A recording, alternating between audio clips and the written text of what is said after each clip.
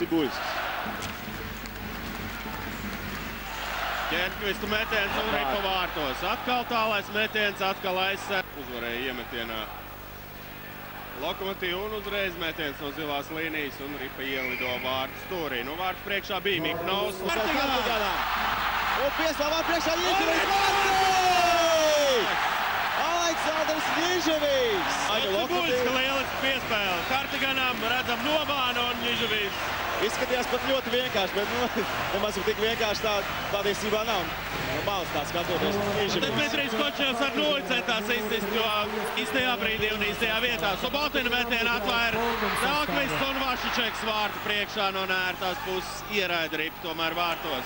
Tomēr šo situāciju uzmet pirmo metienu Telkvists atvaira labi un otrajā jau Vašičeks bija ļoti tuvu vārtiem un ļoti grūti bija atvairīt šādu metienu. Vairākumu izspēle Miķels Rēnlīgs. Piespēle un vārti! Lauris Dārziņš! Ļoti ātri redzam Ozoliņa piespēle Miķelim Rēnlikam. Auze un lieliski piespēle šeit jau tukšos vārtos varēja Ripa raidīt Lauris Dārziņš. Spēcīgs šajā situācijā Košļies tagad raidīt, bet ieliks mūsu zonā Longo komanda metiens un Ripa vārtos 3-2. Atkal Ķerkvists. Telkvists Ripu tver. Redzam, šeit neizraidījām ārā. Rudenko atspēle atpakaļ un Ķerkvista metienu Mikails Telkvists nespēja atvairīt. No vārtu priekš izdevās raidīt šo metienu un grūti vārtu. Metienu atspēlēja vēl partnerim Dimitrija uzbrukumā. Un Ripa vārtos, diemžēl Ripa vārtos. Šeit pazaudēja no redzesloka Mikails Telkvists Ripu un Pavels. Tas neiespējams. Visam noteikti vēlreiz atkārtojumā Dimitris metiens. Šeit pazaudēja, izkrit Ripa Telkvistam. Koroļuks. Rakuneks un 5-2. 5-2, jā. Pret Koroļuks un Rakuneks. Izcils plaucis metiens vārtu augšējā stūrī. Nu, šīs dienas maču klātienē. Koroļuks, Rudenko es atvainojos.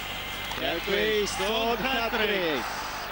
Ķerkvists, cauršā mūsu aizsardzība un arī mums ir diezgan neveiksmīgi. Lūk, vēlreiz Ķerkvists lēsies pa vārtiem un... Lielisks metiens vārtu augšējā stūrī un Kristis Kolts bezspēcīgs glābt savu komandu. Tur arī vārds priekšā. Minošs noraidījums vēl viens. Ozoliņam.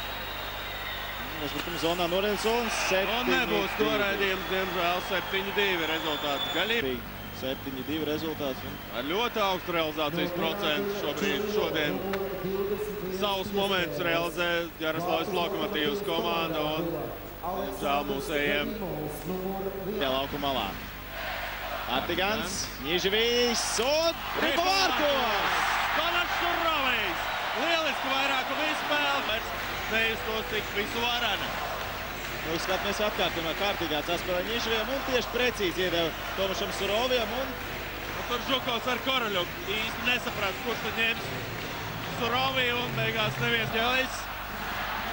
Troters aiz vārtiem. Troters priekšā! Ripa vārtos! Fantastiski! Bija vadībā savā laukumā 5-0. Un Vitskieši pievilka līdz 5-4 beigās, kad zaudēja 7-4. Bet Rīgas Dinamo var atkārtot šo. Laviņš, garām mali, Niževijs. Un Ripa ieslīd vārtos, ļoti neveiksmīgi māja Kačenko.